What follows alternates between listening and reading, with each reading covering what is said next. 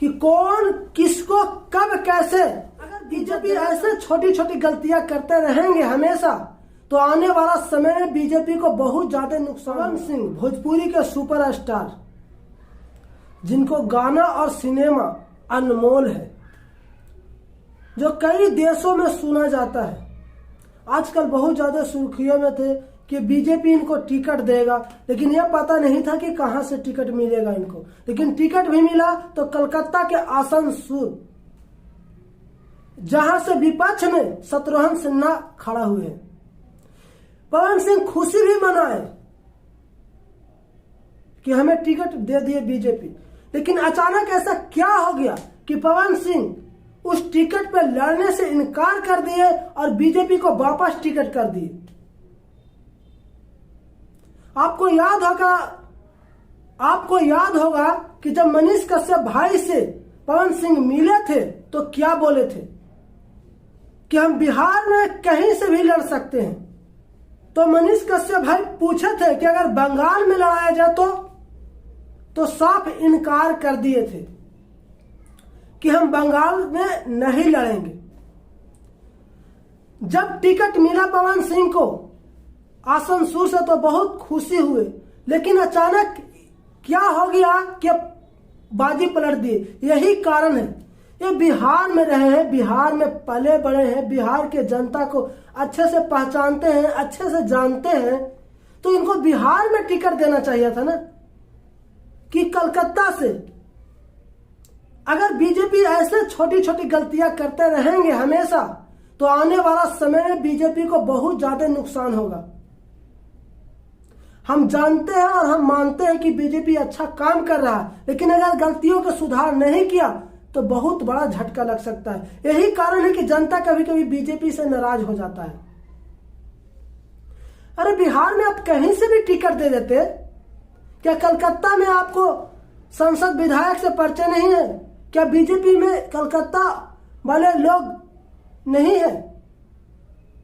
तो आप उनको वहां से लड़ा देते।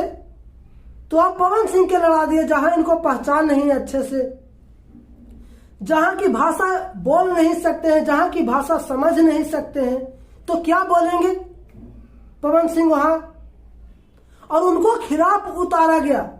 सबसे पहली तो यह बात है कि एक बिहारी में लड़ाया गया और उनको खिलाफ उतारा गया, जो भोजपुरी के, जो हिंदी सिनेमा के सुपरस्टार शत्रुघ्न सिन्हा, जिनको बिहार के बाबू भी कहा जाता है, उनको खिलाफ उतारा गया।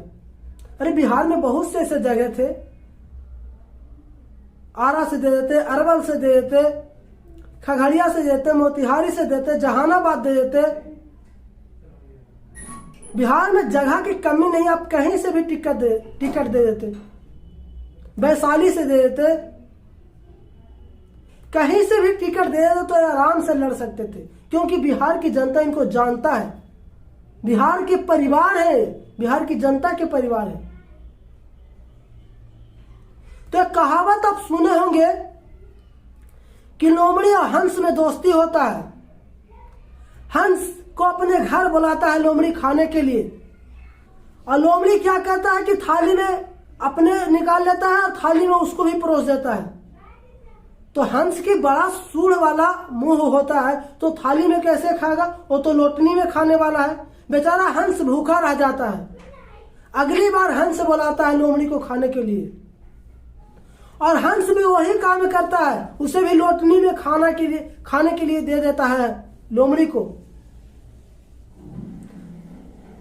तब लोमड़ी को पता चलता है कि कौन किसको कब कैसे इज्जत देना चाहिए। इस चीज को ध्यान रखना चाहिए।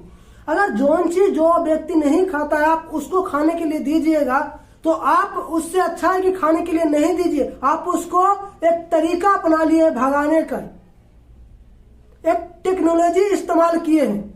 वही कारण हुआ पवन सिंह के साथ। एक दिमाग से खेला जा रहा है और खेल को भगाया गया। अरे बीजेपी के पास टिकट नहीं था तो साफ इनकार कर देते कि हम टिकट नहीं दे सकते हैं, हमारे पास टिकट नहीं है। और ऐसी जगह से क्यों उतारे जहां से कोई पहचान नहीं है अच्छे से? आजकल के लोग यही कारण है कि निर्दलीय लड़ने के लिए तय कर लिया है। और हम सभी देशवासियों को यही कहना चाहते हैं कि पार्टी पे नहीं, इंसान पे भरोसा रखिए। आजकल कोई पार्टी काम नहीं करता है अच्छे ढंग से। जिसको पास पैसा है उसी अच्छे टिकट मिलेंगे।